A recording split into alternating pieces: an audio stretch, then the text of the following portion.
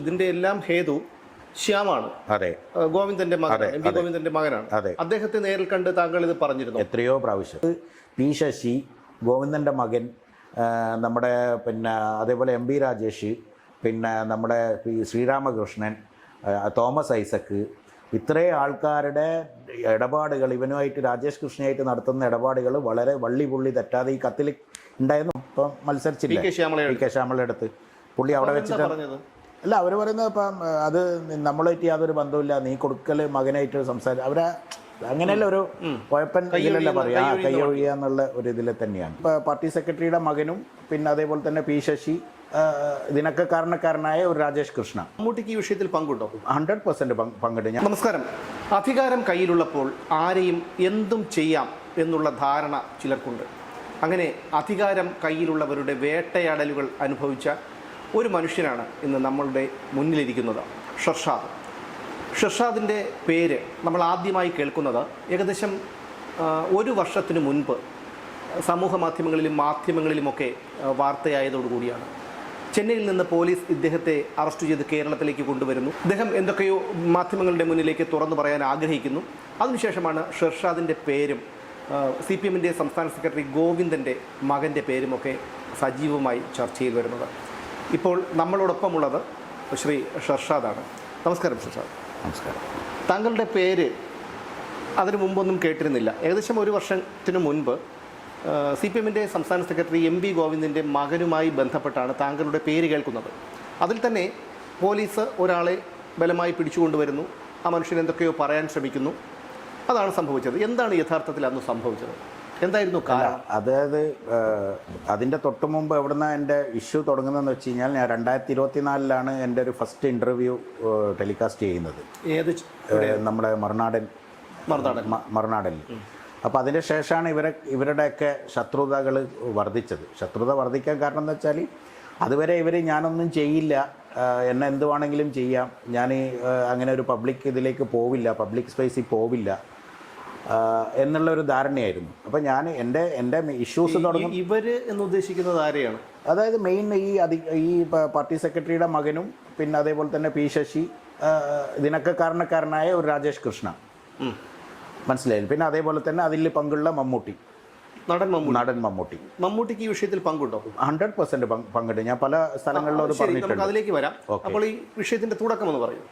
തുടക്കം എന്ന് പറഞ്ഞു കഴിഞ്ഞാൽ, എൻ്റെ ഈ ഇഷ്യൂ തുടങ്ങുന്നത്, ശരിക്കുള്ള ഈ ഇഷ്യൂ തുടങ്ങുന്നത് 2018 മുതലാണ്. ഈ 2018 എൻ്റെ ഒരു സാമ്പത്തിക തട്ടിപ്പുമായിട്ട് എന്നെ ഒരു ചതിച്ച ഒരു ഇതുമായിട്ട് ബന്ധപ്പെട്ടിട്ടുള്ള ഒരു ഇഷ്യൂ ആണ്. അത് 2021 എൻ്റെ കുടുംബം തകരുന്ന വിഷയത്തിലേക്ക് വരെ എത്തിച്ചത്. കാരണം ഈ രാജേഷ് കൃഷ്ണ എന്ന് പറയുന്ന ആൾ 2018 നമ്മുടെ ജീവിതത്തിലേക്ക് വരുന്നത്. അത് താങ്കൾ ഈ 2018 എന്ത് ചെയ്യുമായിരുന്നു? ഞാൻ ചെന്നൈയിൽ, ഞാൻ വർഷങ്ങളായിട്ട് ചെന്നൈ താമസിക്കുന്ന ആളാണ്, അവിടെ പഠിച്ചു വളർന്ന ആളാണ്.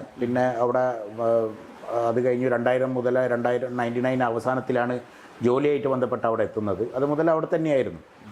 അപ്പം അങ്ങനെ ഒരു സുപ്രഭാതത്തിൽ ഈ വർഷങ്ങളായി, അതിൻ്റെ എത്രയോ വർഷങ്ങൾ മുമ്പ് ഈ ഗോവിന്ദ മാഷിൻ്റെ ശ്യാമുമായിട്ട് എനിക്ക് ബന്ധമുണ്ട്, പരിചയമുണ്ട്.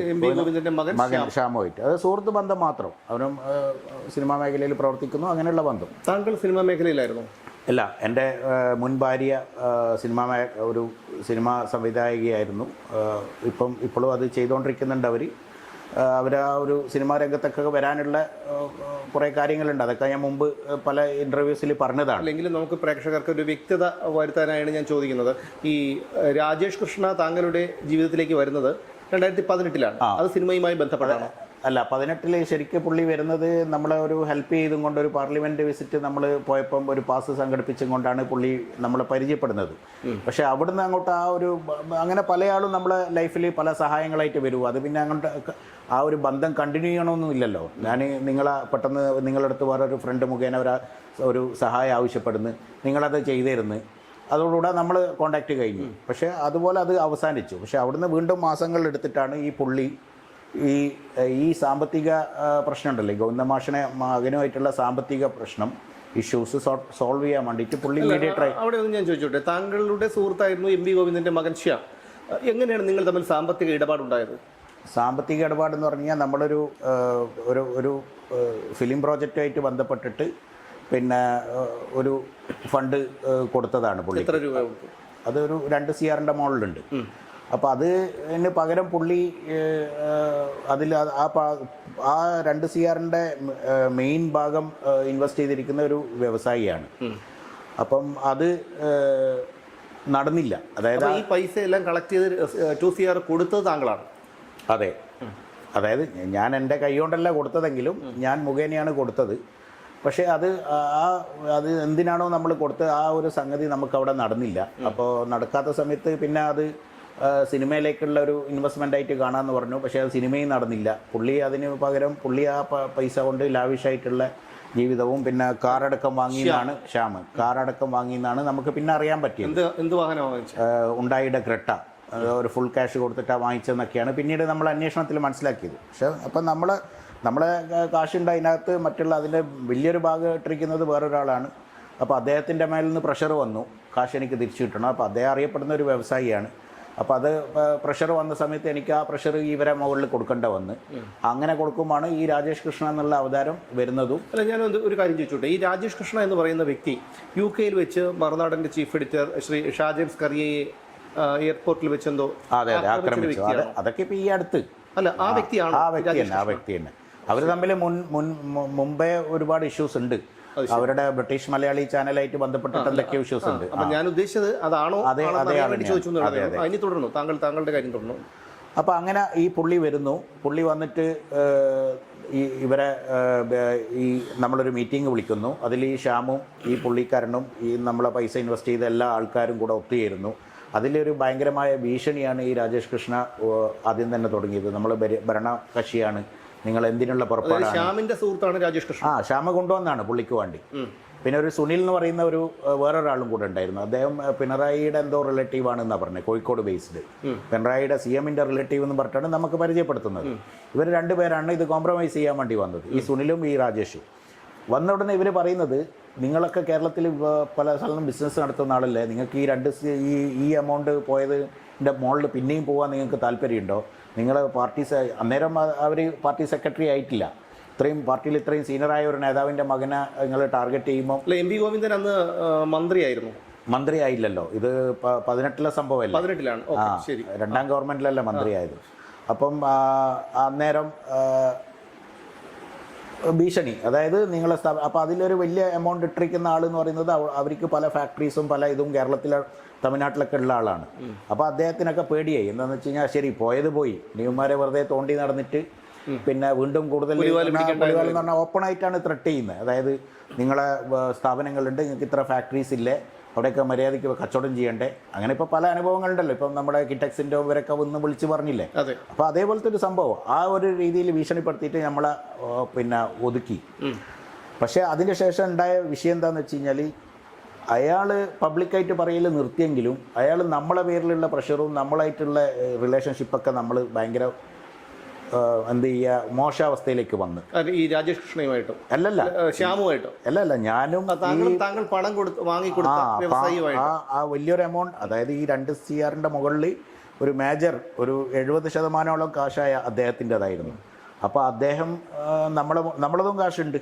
അപ്പം അദ്ദേഹം നമ്മളെ മുകളിലേക്ക് പ്രഷർ ഇട്ടപ്പോൾ നമുക്കത് വീണ്ടും, കാരണം അയാൾ അവരുടെ അടുത്ത് പറയുന്നില്ലെങ്കിലും നീ കാരണമല്ല വന്ന്, നീയല്ല എനിക്ക് ഗ്യാരണ്ടി നിന്ന്, നമ്മളത് സിനിമ ചെയ്യാമെന്ന് പറഞ്ഞു. അപ്പം നീ അത് എങ്ങനെയെങ്കിലും കൈകാര്യം, അപ്പം നമുക്കത് ഇങ്ങനെ മെൻ്റലി പ്രശ്നം ഉണ്ടായി വന്നു. എന്താ അപ്പോൾ ഇത് നമ്മൾ ജീവിതത്തിൽ ഇതുവരെ ഒരാളങ്ങനെ ചീറ്റ് ചെയ്യുകയോ കാര്യങ്ങളൊന്നും ചെയ്യാത്ത ആളെ എന്തിനു നമ്മളിത് കേൾക്കണം. അങ്ങനെയുള്ള രീതിയിൽ ഞാനത് ഇത് ചെയ്തു പോകുമ്പം ഇവൻ്റെ അടുത്ത് പ്രഷർ കൊടുത്തു മറ്റു പല രീതിയിൽ. ഞാൻ പാർട്ടിക്ക് കംപ്ലയിൻറ്റ് കാര്യങ്ങൾ ഇതൊക്കെ ഇങ്ങനെ കൊടുക്കാൻ തുടങ്ങിയപ്പോൾ ഇവർ ഫാമിലിനെ ടാർഗറ്റ് ചെയ്തു. താങ്കളുടെ ഫാമിലി? എൻ്റെ ഫാമിലിനെ ടാർഗറ്റ് ചെയ്തു. അവളെ കൊണ്ട് അവരൊരു വേറൊരു ബിഗ് ബജറ്റ് മൂവി ചെയ്യാൻ വേണ്ടിയിട്ടാണ് ചെന്നൈയിൽ നിന്ന് കൊച്ചിയിലേക്ക് ലൊക്കേറ്റ് ചെയ്തത്. എൻ്റെ മുൻ ഭാര്യ ബിഗ് ബജറ്റ് മമ്മൂട്ടിയുടെ ഒരു പടം. ആ സമയത്തേക്ക് അവർ ഡയറക്ടർ ആയിരുന്നു, ചെറിയ രീതിയിൽ പ്രവർത്തിച്ച്. അതൊക്കെ ഞാൻ മുമ്പ് പറഞ്ഞതാണ്, എല്ലാവർക്കും അറിയുന്നതാണ്. അങ്ങനെ അവരാ ഷിഫ്റ്റ് ചെയ്യുന്നു. ആ ബഡ്ജറ്റ് സിനിമ കോവിഡിൻ്റെ ഒരു കാലഘട്ടമായതുകൊണ്ട് അത് ചെയ്യാൻ പറ്റാണ്ട് വരുന്ന ഇവരൊരു തട്ടിക്കൂട്ടി സിനിമകൾ ചെയ്യുന്നു. എന്നിട്ട് അതിലേക്ക് ഈ പൈസ അഡ്ജസ്റ്റ് ചെയ്യാന്നൊക്കെ പറഞ്ഞൊരു വാക്ക് തരുന്നു. പക്ഷേ ആ പടം എനിക്കത് സ്ക്രിപ്റ്റൊക്കെ വായിച്ചപ്പം എനിക്കതിനോട് തീരെ യോജിപ്പുണ്ടായിരുന്നില്ല. കാരണം അതൊരു കമ്മ്യൂണൽ റിലേറ്റഡ് സ്റ്റോറിയൊക്കെ ആയതുകൊണ്ട് എനിക്ക് എൻ്റെ സമുദായത്തിൽപ്പെട്ടതിനെക്കാട്ടിയും കൂടുതൽ പുറത്തുള്ളവരാണ് എൻ്റെ ഫ്രണ്ട്സൊക്കെ. അപ്പം നമ്മൾ അങ്ങനത്തെ ഒരു സിനിമയും കാര്യങ്ങളും എനിക്ക് താല്പര്യം ഉണ്ടായിരുന്നില്ല. അപ്പോൾ അതിൻ്റെ പേരിൽ അഭിപ്രായ വ്യത്യാസങ്ങൾ അവരെ മുൻഭാര്യയെ ടാർഗറ്റ് ചെയ്തു. അങ്ങനെ അവർ പിന്നെ ആ ഒരവസ്ഥയിൽ അവർ ഭീഷണിക്ക് മറ്റേയാളെങ്ങനെയാണോ ഭീഷണി നേരിട്ടത് അതേപോലെ ഒരു ഭീഷണിക്ക് പേരിൽ എനിക്കെതിരെ കംപ്ലൈൻറ്റ് വരെ കൊടുക്കുന്ന ഒരവസ്ഥയിലെത്തി. പിന്നെ അതങ്ങോട്ട് ഒരു വല്ലാത്തൊരു സ്റ്റേജിലേക്ക് പോയപ്പോഴാണ് ഞാൻ പിന്നെ എൻ്റെ ആൾക്കാരൊക്കെ പറഞ്ഞു ഇതിനി ഇങ്ങനെ വെച്ചോണ്ട്, കാരണം എന്നെ ഇങ്ങനെ അപ്പം ഇവരുടെ ഈ ഡിവോഴ്സ് നോട്ടീസും മറ്റേ ഈ ഡൊമസ്റ്റിക് പെറ്റീഷനും മറ്റേതൊക്കെ ഫയൽ ചെയ്ത് കഴിഞ്ഞു. ഈ ആദ്യ ഭാര്യയുമായിട്ട് മുൻഭാര്യ മുൻഭാര്യയുമായി ഇത്രയധികം ഒരു പെട്ടെന്ന് വൈരാഗ്യം ഉണ്ടാകാൻ കാരണം എന്താണെന്ന് വെച്ച് കഴിഞ്ഞാൽ ഞാൻ അവരും എൻ്റെ അടുത്ത് പറഞ്ഞു നീ ഇത് ഈ ഇടപാടിൽ പിന്മാറണം, അങ്ങനെ വൈഫും പറഞ്ഞു. വൈഫിന് അങ്ങനെ ഒരു തോന്നലുണ്ടാവാൻ അല്ല, അവരുടെ തോന്നലുണ്ടാവാൻ കാരണം അവർ കഷ്ടപ്പെട്ട് 10-13 വർഷം കഷ്ടപ്പെട്ട് ഇൻഡസ്ട്രിയിൽ കഷ്ടപ്പെട്ട് വന്നൊരു ഡയറക്ടർ പൊസിഷനിൽ എത്തും, അതൊന്നും നശിച്ചു പോകാന്ന് പറയുമ്പോൾ ആരും സമ്മതിക്കുന്ന വിഷയമല്ലല്ലോ. അതുകൊണ്ടാണ് പക്ഷേ എന്നെ സംബന്ധിച്ചിടത്തോളം അതിലും വലുതാണ് എന്നെ ചീറ്റ് ചെയ്യപ്പെട്ടത്. എൻ്റെ അത് മനസ്സിൽ നിന്ന് ഇങ്ങനെ, കാരണം ചില്ലറ എമൗണ്ട് അല്ലല്ലോ സാറേ, നിങ്ങൾ ആലോചിച്ച് നോക്കൂ. 5-10 ലക്ഷമാണോ ഒരു വലിയൊരു മഹാനായ ഒരു വ്യക്തി ഇൻവെസ്റ്റ് ചെയ്തു, നമ്മൾക്കൊരു സഹായത്തിന് വേണ്ടി ചെയ്യുന്നു. അപ്പോൾ അത് പറ്റിക്കാന്ന് പറയുമ്പോൾ നമുക്കത് മനസ്സിൻ്റെ ഉള്ളിൽ അത്രമാത്രം പ്രയാസം ഉണ്ടാവുന്ന കാര്യമാണ്. അപ്പോൾ അതിൽ ഞാനത് ഉറച്ചു നിന്നു. അപ്പോൾ പക്ഷേ അവരെ മറ്റ് പല രീതിയിൽ അപ്പോഴത്തേക്ക് ബ്രെയിൻ വാഷ് ചെയ്യലും ഇവരെ മറ്റേ അന്ന് എനിക്ക് മനസ്സിലായത് രാജേഷ് കൃഷ്ണൻ അവരെ അന്നത്തെ മുൻ CM-ന്റെ ഓഫീസിൽ വരെ കൊണ്ടുപോയി എന്നാണ് ഞാൻ അറിയാൻ പറ്റിയത്. അതൊക്കെ ഉണ്ട്. CM-ന്റെ അടുത്ത് പോക്കും കംപ്ലൈൻറ്റ് കൊടുക്കലും എൻ്റെ പേരിൽ ഹരാസ് ചെയ്യലും എന്നെ പിന്നെ പല ആൾക്കാരെ വെച്ച് എനിക്കെതിരെ പോസ്റ്റ് ഇടലും അങ്ങനെ ഉണ്ട്. അതൊക്കെ ഞാൻ ഓരോന്നായിട്ട് പറയാം. അപ്പോൾ അങ്ങനെയൊക്കെ വന്നപ്പം എനിക്ക് പിന്നെ ഞാനൊരു ഒറ്റപ്പെട്ട വ്യക്തിയായി. അതായത് എന്നെക്കെതിരെ, അതായത് അതുവരെ നമ്മളെ കൊണ്ട് എങ്ങനെ ഓരോരോ വ്യക്തികൾക്കുള്ള വരുമാനവും കാര്യങ്ങളും അനുസരിച്ചിട്ട് എങ്ങനെ ജീവിക്കാൻ പറ്റുമോ അത്രയും സുഖമായിട്ട് ജീവിച്ച ആൾക്കാരാണ് ഞങ്ങൾ. പെട്ടെന്നാണ് ഒരു ഡൊമസ്റ്റിക് വയലേഷൻ പെറ്റീഷൻ പോകുന്നത്. ഡൊമസ്റ്റിക് വയലൻസ് പെറ്റീഷൻ പോയി കഴിഞ്ഞാൽ എന്താ വെച്ചാൽ അന്നേരം തന്നെ ഒരു ഇൻ്ററിം ഓർഡർ കിട്ടും. അപ്പോൾ പിന്നെ എനിക്ക് അവിടെ പോകാനും കാര്യങ്ങളും ഇതൊക്കെ ഞാൻ പറഞ്ഞതാണ് മുമ്പ്. അപ്പോൾ അങ്ങനെ ഒരു അവസ്ഥയിലേക്ക് വന്ന് അതിനെതിരെ കുറേ ആൾക്കാർ ഇത് ചെയ്തു. അപ്പം പിന്നെ ഞാൻ തോന്നി അപ്പോൾ ഇനി ഇത് മുതൽ മീഡിയക്ക് പോകാമെന്നുള്ള. പക്ഷേ ഞാൻ ഇവിടുത്തെ ലീഡിങ് മീഡിയാസിനെല്ലാം അപ്രോച്ച് ചെയ്തപ്പം ആരും അന്ന് എന്നെ സഹായിക്കാൻ തയ്യാറല്ല. പക്ഷേ ഷാജൻ എന്ന് പറയുന്ന വ്യക്തിനെ എനിക്ക് വേറൊരു കോൺടാക്റ്റ് മുഖേന പരിചയപ്പെട്ടു. ഞാൻ പുള്ളിനെ പോയി കണ്ടു. ആദ്യത്തതിലും രണ്ടാമത്തിലൊന്നും പുള്ളി ചെയ്യാൻ തയ്യാറായില്ല. ഇതൊരു ഫാമിലി സ്റ്റോറിയാണെന്ന് പറഞ്ഞു നിങ്ങൾ സമയമെടുത്ത് പഠിക്കൂ. അങ്ങനെ പുള്ളി ഒരു ദിവസം 2024 മെയ് മാസം ഏപ്രിൽ മാസം 2024 കറക്റ്റ് ഇപ്പോൾ 2 വർഷം പുള്ളി ചെയ്യാൻ തയ്യാറായി. പിന്നെ അതോടുകൂടിയിട്ടാണ് ഇത് പുറം ലോകം അറിയുന്നത്. പിന്നെ അതിൻ്റെ ശേഷം എന്തുണ്ടായി, ഇവരെ വൈരാഗ്യം ഞാനിങ്ങനെ കണ്ടിന്യൂസ് ആയിട്ട് കാര്യങ്ങൾ പല സ്ഥലത്ത് കേസുകൾ കാര്യങ്ങൾ ഇതൊക്കെ ഇങ്ങനെ വന്നുകൊണ്ടിരിക്കുമ്പോഴാണ് പിന്നെ ഈ പാർട്ടി കോൺഗ്രസ് ഇപ്പോഴത്തെ മധുരയിൽ നടന്ന പാർട്ടി കണ്ണൂരിലെ പാർട്ടി കോൺഗ്രസ് വന്നു. അതിൽ ഈ രാജേഷ് കൃഷ്ണ പ്രതിനിധിയായിട്ട് കയറാൻ വേണ്ടി ശ്രമിച്ചു, നടന്നില്ല. പിന്നെ അത് കഴിഞ്ഞു മധുരയിലെ പാർട്ടി കോൺഗ്രസ് വരുമ്പോൾ ഇവൻ പ്രതിനിധിയായി എന്ന് പറഞ്ഞിട്ട് യു കെ തന്നെ ഇവന് ഒരുപാട് എതിരാളികളുണ്ട്. അപ്പോൾ UK പിന്നെ എനിക്ക് ഇൻഫർമേഷൻ വന്നു ഇവനിങ്ങനെ തിരഞ്ഞെടുത്തിട്ടുണ്ട്, എന്തുകൊണ്ടും തടയണം, ഇവൻ അതിൽ പങ്കെടുത്തു കഴിഞ്ഞാൽ ഇവിടെയുള്ള എല്ലാവർക്കും അത് ബുദ്ധിമുട്ടാണ് എന്നുള്ള രീതിയിൽ. അപ്പോൾ അങ്ങനെ ഞാൻ പോളിറ്റ് ബ്യൂറോന് പരാതി എഴുതുന്നത്. പോളിറ്റ് ബ്യൂറോൻ്റെ തമിഴ്നാട്ടിലെ പാർട്ടി ആൾക്കാർ, കാരണം ഇവിടുത്തെ പാർട്ടിക്കാരെ എനിക്ക് എന്തായാലും സഹായിക്കില്ല എന്നറിയാം. തമിഴ്നാട്ടിലെ ചെന്നൈയിലെ പാർട്ടീൻ്റെ ആൾക്കാരെ വെച്ചും കൊണ്ട് പോളിറ്റ് ബ്യൂറോന് പരാതി എഴുതി. അതിൻ്റെ അടിസ്ഥാനത്തിൽ അവരെന്നെ മധുരയിൽ വിളിപ്പിച്ചു. പാർട്ടി കോൺഗ്രസ് നടക്കുന്ന സമയത്ത് സമയത്ത് ഇവനും അവിടെ ഉണ്ടായിരുന്നു. അവരെൻ്റെ മുൻ പരാതികളും കാര്യങ്ങളൊക്കെ പരിശോധിച്ചിട്ട് ഇവനെ ആ പാർട്ടി കോൺഗ്രസിൽ മധുര വിട്ടു പോയിക്കോളാൻ തന്നെ പറഞ്ഞു. മാധ്യമങ്ങളെന്ന് വാർത്ത ചെയ്തതാണ്.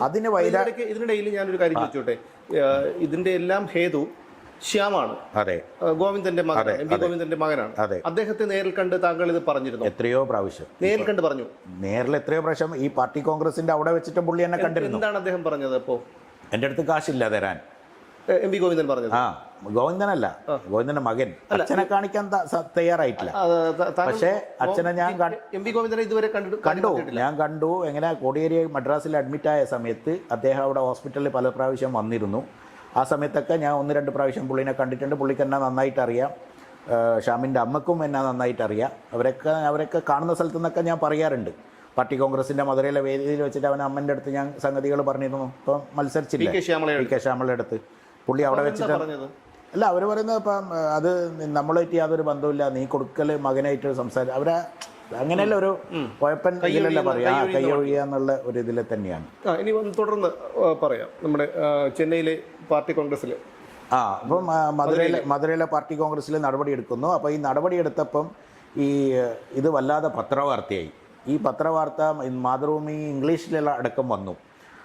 ഈ മാതൃഭൂമിക്ക് ഒരു ഇംഗ്ലീഷ് ഓൺലൈൻ പോർട്ടലുണ്ട് മാതൃഭൂമിയുടെ. അതിലൊക്കെ വന്നത് ഈ UK ഇവൻ്റെ എതിരാളികൾ അവിടെയുള്ള ബ്രിട്ടീഷ് ഇവൻ്റെ കോൺടാക്ട്സിലൊക്കെ സർക്കുലേറ്റ് ചെയ്തു. അപ്പോൾ അവിടേക്ക് ഇവന് ഭയങ്കര ഈ ഫണ്ട് സോഴ്സിങ്ങും ഈ ഹവാല റൊട്ടേഷനൊക്കെയാണ് ഇവൻ്റെ മെയിൻ ബിസിനസ്. ഇവിടുത്തെ ഫണ്ടുകൾ പല സെറ്റിൽമെൻറ്റിൻ്റെയും ഫണ്ടുകൾ അവിടെ കൊണ്ടുപോവുക, അത് റിവൈസ് ചെയ്തിട്ട് സിനിമയിൽ ഇൻവെസ്റ്റ് ചെയ്യുക, ഇതൊക്കെ നടത്തുക. അപ്പോൾ ഇതൊക്കെ അറിഞ്ഞപ്പം ആൾക്കാർ ഒരു ഇങ്ങനൊരു അലിഗേഷൻ വന്ന് ഒരു സംഗതിയിൽ നിന്ന് പുറത്താകുക എന്നൊക്കെ പറയുമ്പോൾ ആൾക്കാർക്ക് ഒരു പേടി ഉണ്ടാവില്ല, പ്രത്യേകിച്ച് ഇങ്ങനെയുള്ള ഡീല് നടത്തുന്നവർ. അപ്പോൾ അതിൽ നിന്ന് ഇവനെ എന്ത് ചെയ്തു, ഡൽഹി ഹൈക്കോടതിയിൽ BJPയുടെ മൈനോറിറ്റി മോർച്ചയുടെ സെൻട്രൽ എക്സിക്യൂട്ടീവ് കമ്മിറ്റി മെമ്പറായ ഒരു അഡ്വക്കേറ്റ്, CPM-കാരനാണ് അഡ്വക്കേറ്റ്, BJPയുടെ നാഷണൽ മൈനോറിറ്റി മോർച്ചയുടെ നാഷണൽ കൗൺസിൽ മെമ്പറായ ഒരു അഡ്വക്കേറ്റിനെ വെച്ചും കൊണ്ട് ഡൽഹി ഹൈക്കോടതിയിൽ ഒരു കേസ്. കാരണം എന്താ വെച്ചാൽ ഒരു കാരണവശാലും അത് ഡൽഹിയിൽ ജുഡിസിഷൻ വരില്ല.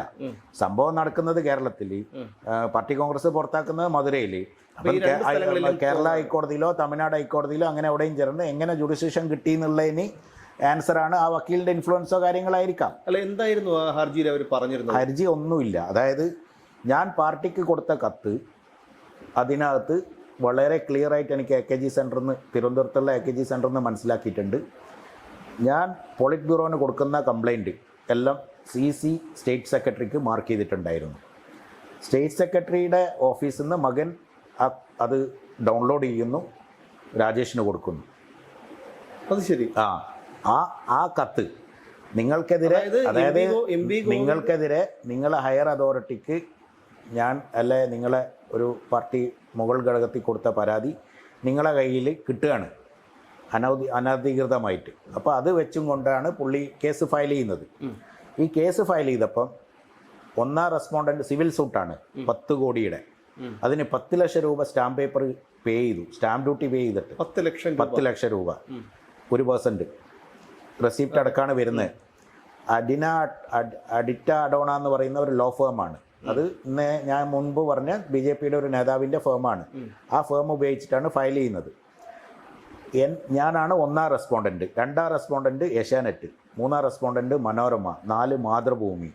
പിന്നെ അപ്പം ഇവർക്ക് എന്ത് ചെയ്യും, സിവിൽ സൂട്ട് എന്ന് പറയുമ്പം ഈ PBക്ക് കൊടുത്ത ഈ രഹസ്യ ലെറ്റർ അടക്കമാണ് കോപ്പി പോകുന്നത് കോടതിയിൽ നിന്ന്. PBക്ക് കൊടുത്ത രഹസ്യ ലെറ്റർ പാർട്ടിയുടെ സംസ്ഥാന സെക്രട്ടറിയുടെ ഒഫീഷ്യൽ സിസ്റ്റത്തിൽ നിന്ന് പുറത്തു പോകണമെങ്കിൽ അത് അദ്ദേഹം അറിയാതെ പറ്റുമോ? ഉത്തരവാദി അദ്ദേഹമല്ലേ? അതെ. അപ്പം എന്താ സംഭവിച്ചതെന്ന് വെച്ച് കഴിഞ്ഞാൽ ഏപ്രിലിൽ പാർട്ടി കോൺഗ്രസ് കഴിയുന്നു, പുറത്താക്കുന്നു. ജൂലൈയിലാണ് ഇവന് കേസ് ഫയൽ ചെയ്യുന്നത്. എനിക്ക് നോട്ടീസ് വരുന്നത് ജൂലൈ 27-ന്. ഞാൻ ഓഗസ്റ്റ് 15 മുതൽ 17 വരെ നാട്ടിലുണ്ടായിരുന്നു, എൻ്റെ ഒരു കുടുംബസംഗമവുമായിട്ട് ബന്ധപ്പെട്ട്. 17-ാം തീയതിക്കത്തെ മാതൃഭൂമിയിലാണ് ബിജു പർവത്തിൻ്റെ ആർട്ടിക്കിൾ വരുന്നത്, ഈ PB രഹസ്യം ചോർന്നു എന്ന് പറഞ്ഞിട്ട്, ഫ്രണ്ട് പേജിൽ തന്നെ. കാരണം എന്താ, PB രഹസ്യം ചോർന്നു എന്ന് പറഞ്ഞാൽ അവർ കൊടുക്കുന്നത് ഞാൻ PBക്ക് കൊടുത്ത രഹസ്യ കത്ത്, അതായത് ഇവർ തമ്മിലുള്ള, അതിനകത്ത് P ശശി, ഗോവിന്ദൻ്റെ മകൻ, നമ്മുടെ അതേപോലെ MP രാജേഷ്, പിന്നെ നമ്മുടെ ശ്രീരാമകൃഷ്ണൻ, തോമസ് ഐസക്ക്, ഇത്രയും ആൾക്കാരുടെ ഇടപാടുകൾ, ഇവനുമായിട്ട് രാജേഷ് കൃഷ്ണയായിട്ട് നടത്തുന്ന ഇടപാടുകൾ വളരെ വള്ളി പുള്ളി തെറ്റാതെ ഈ കത്തിൽ ഉണ്ടായിരുന്നു. 36 പേജുള്ള ഒരു കത്തായിരുന്നു അത്. അല്ല, അവിടെ ഒന്ന് ഞാൻ ചോദിച്ചു, കാരണം നമുക്ക് അത് ക്ലിയർ ചെയ്ത് പോകാം. അതായത് ഈ ശ്രീരാമകൃഷ്ണനും MP രാജേഷിനും തോമസ് ഐസക്കിനും P ശശിക്കും ഉൾപ്പെടെയുള്ള ആളുകൾക്ക്, നേതാക്കൾക്ക് ഈ ശ്യാമുമായും രാജേഷ് കൃഷ്ണയുമായിട്ടൊക്കെ ബന്ധമുണ്ടാകാൻ വേണ്ട ബിസിനസ് ഡീലാണോ? ബിസിനസ് ഡീൽ, അതായത് ഓഫ് കോഴ്സ് നിങ്ങൾ ശശി, എനിക്ക് രാജേഷ് കൃഷ്ണൻ്റെ ഫസ്റ്റ് ഇഷ്യൂ വന്നപ്പം എനിക്ക് ലീഗൽ നോട്ടീസ് അയച്ച ആളാണ് ശശി, രാജേഷിന് വേണ്ടി. അന്ന് ശശി പൊളിറ്റിക്കൽ സെക്രട്ടറി ആയിട്ടില്ല. ആ കേസ് ഇപ്പോഴും NIA കോടതി കിടക്കുകയാണ്. ശശിയാണ് NIA കോടതി, NI കോടതി, നെഗോഷ്യബിൾ ഇൻസ്ട്രുമെന്റ് കോടതി, NI കോടതി എറണാകുളത്ത്. ശശിയാണ് അതിൽ വക്കാലത്തുള്ളത്. അപ്പോൾ ശശി മുതൽ ഇതിപ്പോൾ നിങ്ങളെ ശശിയുടെ മകനും സിദ്ധാർത്ഥ് ശശിയും ശ്യാമും ഈ രാജേഷ് കൃഷ്ണയും കൂടിയിട്ട് അവർക്കൊരു ഓഫീസുണ്ട് പനമ്പള്ളി നഗറിൽ. അവിടെയാണ് എല്ലാ സെറ്റിൽമെൻറ്റും നടക്കുന്നത്, ഇൻക്ലൂഡിങ് പോലീസുകാരുടെ പ്രൊമോഷൻസ്, അവരുടെ പണിഷ്മെൻറ്റ്, അല്ലെ അവരുടെ എസ്കലേഷൻസ് കാര്യങ്ങൾ, ഇങ്ങനെ ട്രാൻസ്ഫർ കാര്യങ്ങൾ ഇതെല്ലാം നടത്തുന്ന അവിടെ വെച്ചാണ്. അതിലൊക്കെ ഈ രാജേഷ് ഇതിനൊക്കെ സാമ്പത്തിക ഇതുണ്ട്. ഒരു ഉയർന്ന പോസ്റ്റിലേക്ക് ആളെ കിട്ടണമെങ്കിൽ ഇതൊക്കെ അത് ഇപ്പം എന്നെ അറസ്റ്റ് ചെയ്ത് മക്കൾ തീരുമാനിക്കും, അച്ഛന്മാർ നടപ്പിലാക്കും. അതെ, അതിൽ എന്നെ അറസ്റ്റ് ചെയ്ത പോലീസുകാരന് ഇപ്പം ഞാനായിട്ട് നല്ല ബന്ധത്തിൻ്റെ പേരിൽ പുള്ളി പറഞ്ഞു ഇങ്ങനെയാണ് ഇത് ഓപ്പറേറ്റ് ചെയ്തിരിക്കും. ഞാൻ അതിലേക്ക് വരാം. ഓക്കെ, അങ്ങനെ ഈ വാർത്ത വന്നതിൻ്റെ അടിസ്ഥാനത്തിൽ അന്ന് നാട്ടിൽ എന്നെയും ചെത്താൻ അന്ന് നിങ്ങൾ കണ്ടു കാണും. ഒരു 2 ദിവസം ഞാൻ ഭയങ്കര ഇതിലായിരുന്നു, ലൈവിലായിരുന്നു. എന്നാൽ അമ്മാതിരി സാധനമല്ല, ഇവർ 36 പേജുള്ള ഒരു സംഗതിയാണ് കിട്ടിയിരിക്കുന്നത്. പക്ഷേ ഇവരെന്ത് ചെയ്തു?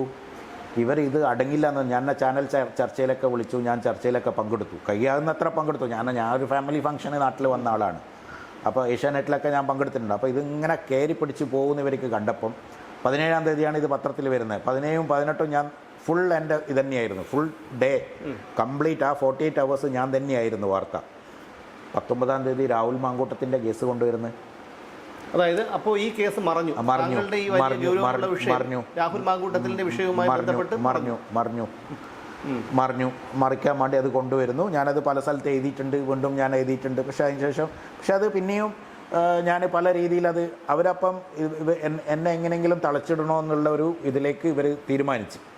അപ്പോൾ തീരുമാനിച്ചപ്പം എൻ്റെ പേരിൽ കൊടുക്കാൻ പറ്റുന്ന ഒരു കാരണങ്ങളും അവർക്ക് കിട്ടുന്നില്ല. അപ്പോൾ അവർ എൻ്റെ കമ്പനീൻ്റെ ഇൻവെസ്റ്റേഴ്സായ 2 പേരെ പിടിച്ചും കൊണ്ട് അവർക്ക് എന്തൊക്കെയോ സിനിമയിലൊക്കെ ഓഫർ ചെയ്തും കൊണ്ട് അവരെ കൊണ്ടുപോയി, അവരും കൊച്ചിക്കാരാണ്, ഈ ശശിയുടെ ഈ ഓഫീസിൽ വെച്ചും കൊണ്ട് ഗൂഢാലോചന നടത്തി. അവിടെ നിന്നാണ് എന്നെ അറസ്റ്റ് ചെയ്യാൻ വേണ്ടിയിട്ട് ഈ രാജ്കുമാറിന് പെറ്റീഷൻ കൊടുക്കുന്നത്. ഈ രാജ്കുമാർ എറണാകുളം ACP, അയാൾ മമ്മൂട്ടി ഫാൻസിൻ്റെ ഒരു സ്റ്റേറ്റ് ലീഡറൊക്കെയാണ്. വലിയ മമ്മൂട്ടി ഫാൻസിന് എന്തോ ഒരു വലിയ കാര്യമായ പൊസിഷനിലുള്ള ആളാണ് അയാൾ, ഈ ACP രാജ്കുമാർ. ഇപ്പോൾ സർവീസിലുള്ള ആളല്ലേ? അതെ, ആ സർവീസിൽ നിങ്ങൾ അയാളെ പ്രൊഫൈൽ എടുത്ത് നോക്കും, മമ്മൂട്ടീൻ്റെ ഇത് കാര്യമായ ആളാണ് അയാൾ. അത് ഈ രാജ്കുമാർ ഈ ടൗൺ സൗത്തിൽ 3 വർഷത്തിൽ കൂടുതലായിട്ട് ACP ആയിട്ടിരുന്നു. അതെന്തോ 2 വർഷം എന്തോ ഇരിക്കേണ്ട പോസ്റ്റാണ്. പലവർക്കും ഷഫ്ലിംഗ് വന്നപ്പോൾ ഇയാൾ മാത്രം മാറിയില്ല. അതൊക്കെ അവിടുത്തെ പോലീസുകാരനെ പറഞ്ഞതാണ്. അപ്പോൾ ഇയാൾക്ക് ഇൻസ്ട്രക്ഷൻ പോവുകയാണ്. അപ്പോൾ ഇയാൾ SHOൻ്റെ അടുത്ത് പറഞ്ഞിട്ട് SIമാരെ ഒന്നും അറിയില്ല അവർക്ക്. ചെന്നൈയിൽ പോയി ഇവനെ പിടിച്ചുകൊണ്ടുപോകാം. അപ്പോൾ ചെന്നൈയിൽ പോയി പിടിച്ചുകൊണ്ടാന്ന് പറഞ്ഞപ്പോൾ ഇവർ പറഞ്ഞു, സാറേ ഇവിടെ വണ്ടിയൊന്നും ഇല്ല, ഞങ്ങളുടെ വണ്ടി ഇത്രയും ദൂരം പോകാനുള്ള ടയർ ക്വാളിറ്റിയും കാര്യങ്ങളൊന്നും ഇല്ല. ഇതൊക്കെ പിന്നീട് അറിഞ്ഞ കേസുകളാണ് പോലീസുകാരുടെ അടുത്തു നിന്ന് തന്നെ. അപ്പോൾ പറഞ്ഞല്ല, വണ്ടിയൊക്കെ നമുക്ക് അറേഞ്ച് ചെയ്യാമെന്ന് പറഞ്ഞിട്ട് ഇവരെ കെയർ ഓഫിലുള്ള ഒരു ബ്രാൻഡ് ന്യൂ SUV 700 പ്രൈവറ്റ് വണ്ടി. ഇതിൽ ഒരു SI ശ്രീജിത്ത് എന്ന് പറഞ്ഞ SI വേറെ 2-3 പോലീസുകാരെയും കൂടെ എൻ്റെ വീട്ടിലയക്കുന്നു.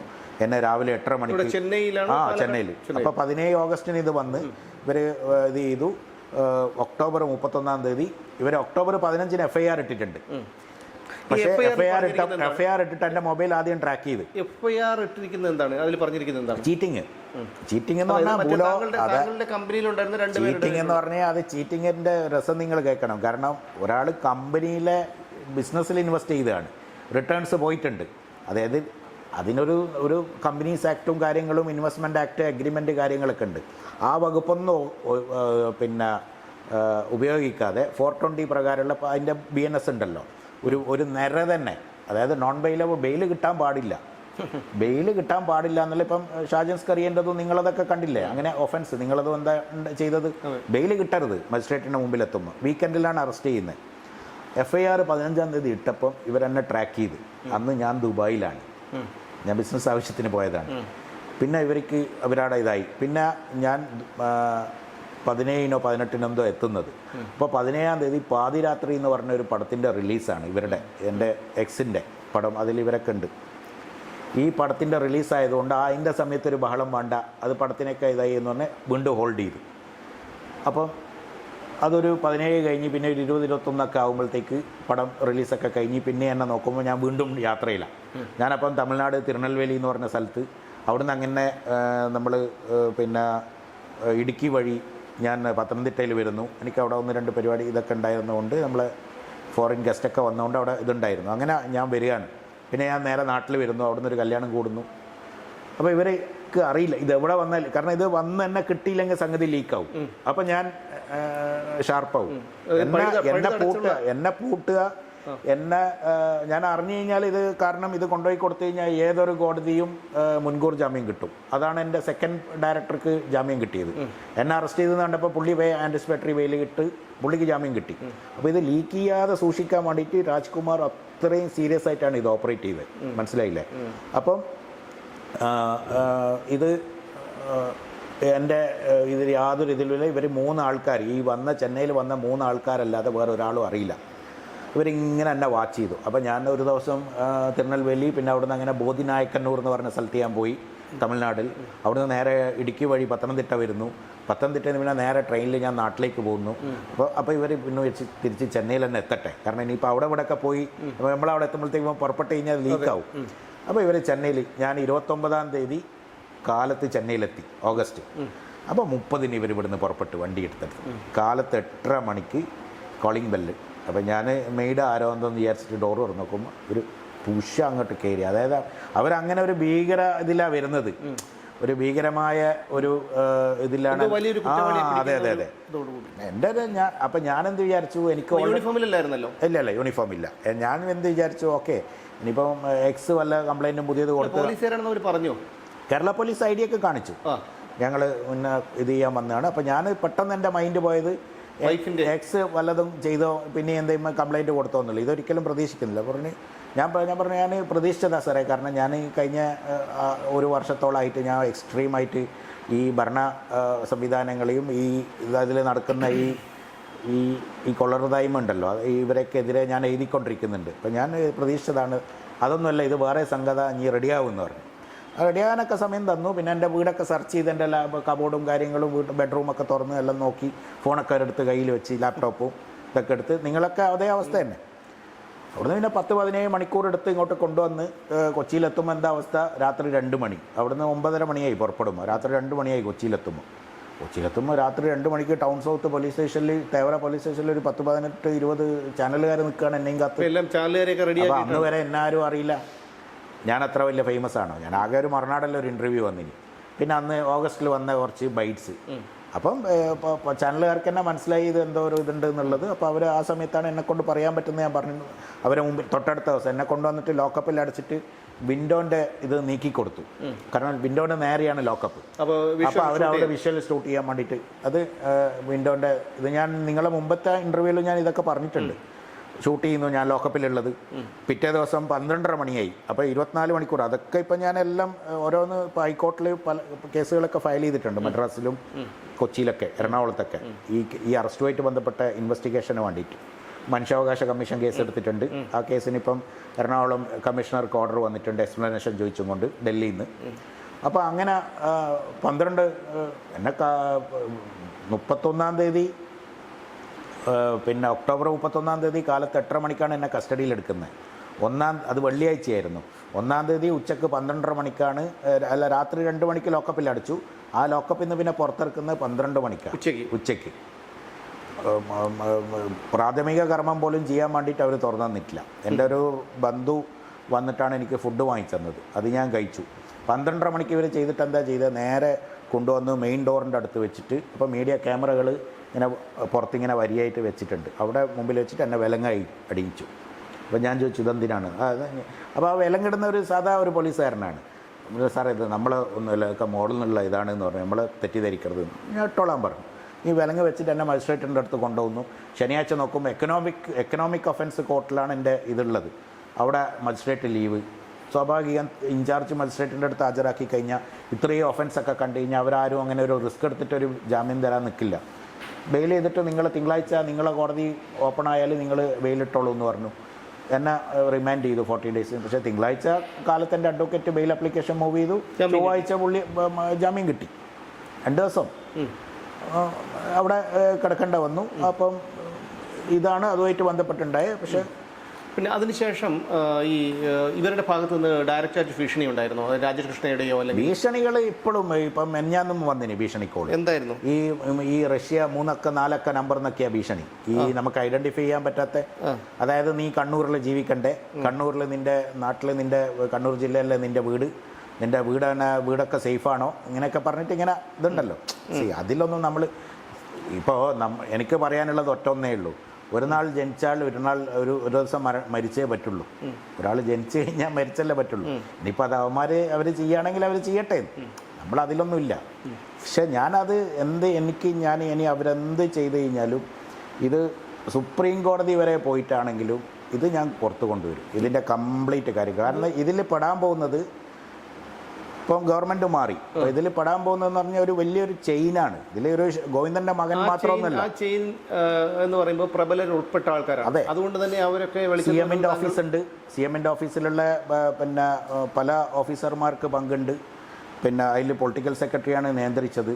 എൻ്റെ അറസ്റ്റുമായിട്ട് ബന്ധപ്പെട്ടിട്ട് ഈ രാജ്കുമാറിൻ്റെ മുകളിലുള്ള ആളുണ്ടോ എന്നുള്ളത്. കാരണം എന്നെ മറ്റു പല കേസിലും കുടുക്കിയതിൽ ഈ നിശാന്തിനി പോലെയുള്ള ഓഫീസർമാർക്കൊക്കെ ബന്ധമുണ്ടായിരുന്നു, അന്നത്തെ പത്തനംതിട്ട SP. അങ്ങനെ അതൊക്കെ ഇപ്പോൾ നമുക്ക് അതിലേക്ക് വരാം. ഞാനിപ്പോൾ ഇതെല്ലാം, അതായത് കാണുന്ന പ്രേക്ഷകർക്ക് ഇത് ആദ്യം മുതൽ എല്ലാവർക്കും പഴയ കാര്യങ്ങൾ ഓർത്ത് വെച്ചുകൊള്ളണമെന്നില്ലായിരുന്നു. അപ്പോൾ ഞാൻ ചോദിക്കുന്നോട്ടെ, താങ്കളുടെ ഭാര്യയുടെയും താങ്കളുടെയും പ്രണയവിവാഹമായിരുന്നു. രണ്ടുപേരും ഒരേ സമുദായക്കാരുമാണ്. പക്ഷേ വീട്ടുകാർക്കൊക്കെ എതിർപ്പുണ്ടായി. എന്തായിരുന്നു കാരണം? അല്ല, അത് നമ്മളെ ഒരു നാട്ടിലുള്ള ഒരു അവസ്ഥ എന്താ വെച്ച് കഴിഞ്ഞാൽ, നമ്മൾ സ്പെഷ്യലി തലശ്ശേരി, കണ്ണൂർ ഒക്കെ ഉള്ളവർ അവിടെ നിന്ന് തന്നെ ഒരു മാക്സിമം തൊട്ടടുത്തുള്ള ഒരു സ്ഥലങ്ങളിൽ നിന്ന് തന്നെ മാരേജ് ചെയ്യുക എന്നുള്ള. കാരണം നമ്മളെ സ്ഥലത്ത് കുറേ വ്യത്യാസങ്ങളുണ്ട്. അതായത് എൻ്റയർലി, അതായത് കല്യാണം കഴിച്ചിട്ട് പെണ്ണ് എന്നെ കൊണ്ടുപോകലില്ല, പെണ്ണിൻ്റെ വീട്ടിൽ തന്നെ നിൽക്കുക എന്നുള്ള അങ്ങനെയുള്ള കുറച്ച് വിഷയങ്ങളൊക്കെയാണ്. അല്ലാതെ അതിൽ വേറെ സീരിയസ് ഇഷ്യൂസ് ഒന്നുമില്ല. പിന്നെ നമ്മൾ രജിസ്റ്റർ വിവാഹം കഴിഞ്ഞു, അതിനുശേഷം പിന്നെ മതപരമായുള്ള ചടങ്ങ് അവർ അംഗീകരിച്ചു. ഭാര്യയുടെ ഈ കഴിവൊക്കെ താങ്കൾ തിരിച്ചറിയുന്നത്, ഇവർക്ക് കലാപരമായിട്ടുള്ള കഴിവൊക്കെ തിരിച്ചറിയുന്നുണ്ടായിരുന്നു. അവർ സ്കൂളിൽ പഠിക്കുന്ന സമയത്ത് അവർക്ക് മറ്റേ ഈ ആർട്ടുമായിട്ട് ബന്ധപ്പെട്ടിട്ടുള്ള ഡ്രോയിങ്സും കാര്യങ്ങളൊക്കെ ഉണ്ട്. പക്ഷെ അന്നേരമൊന്നും സിനിമ എന്നുള്ള ഒരു ഇതിലേക്കൊന്നും എത്തിയിട്ടില്ല. അത് പിന്നെ ചെന്നൈ പോലുള്ള വരാനൊക്കെ താങ്കൾ ഒരുപാട് പ്രോത്സാഹനം നൽകിയതായിട്ടൊക്കെ അതെ ഉണ്ട്. അത് എൻ്റെ സർക്കിളാണ്. അത് എന്നെ പറ്റി അറിയുന്ന ആൾക്കാർക്ക് ആ സർക്കിളാണ്, എന്നെപ്പറ്റി അറിയുന്ന ആ സർക്കിളാണ് അതിന് ഗുണം ചെയ്യുന്നത്. ചെന്നൈയിലെത്തിയിട്ട് ഇവരെങ്ങനെ സിനിമയിലെത്തി എന്നുള്ളത് എന്നെ ബന്ധപ്പെട്ട എൻ്റെ ഫ്രണ്ട്സ്, എൻ്റെ റിലേറ്റീവ്സ്, അവരുടെ തന്നെ ഇപ്പം എൻ്റെ അടുത്ത് ബന്ധം പുലർത്തുന്ന ക്ലോസ് റിലേറ്റീവ്സായ കുറേ ആൾക്കാരുണ്ട്. ആരുടെ എക്സിൻ്റെ ക്ലോസ് റിലേറ്റീവ്സായ ആൾക്കാർ എൻ്റെ ഭാഗത്ത് സത്യമുണ്ട് എന്നുള്ളത് മനസ്സിലാക്കിയിട്ട് ഇപ്പോഴും അവർക്കൊക്കെ നന്നായിട്ട് അറിയാം ഇവരെങ്ങനെ സിനിമയിൽ എത്തി എന്നുള്ളത്. ഈ താങ്കൾ ഈ ഫേസ്ബുക്ക് പോസ്റ്റ് നിരന്തരമായിട്ട് താങ്കളെ അപമാനിച്ചത് ആരൊക്കെയാണ്? ഒരു ഭർത്താവും കാണാത്ത രീതിയിൽ ഇവരെ ഒരാളെ കൂടെ കണ്ട വ്യക്തിയാണ് ഞാൻ. മനസ്സിലായില്ലേ? അദ്ദേഹം നിങ്ങൾ കാണുന്ന ഒരു മുഖമല്ല മമ്മൂട്ടി, നിങ്ങൾ കാണുന്ന ഒരു മുഖമല്ല. അത് പറയുന്നത് അദ്ദേഹത്തിൻ്റെ വളരെ തൊട്ടടുത്ത ഫാമിലി. അതായത് ഞാൻ ഒരു ഇൻട്രൊഡക്ഷനോട് കൂടിയിട്ടാണ് മെസ്സേജ് അയക്കുന്നത്. പക്ഷേ ദുൽഖറിൻ്റെ ആൾക്കാർ എന്നെ വിളിച്ചു. ഈ സാജൻ്റെ ഈ ആത്മഹത്യയായിട്ട് ബന്ധപ്പെട്ടിട്ട് ഇവർക്ക് നല്ല പങ്കുണ്ട്. മമ്മൂട്ടി പറഞ്ഞിട്ടാണ് അവർ ഈ കേസ് ഏറ്റെടുത്തത്. അവർ അബദ്ധത്തിൽ പറഞ്ഞു പോയി.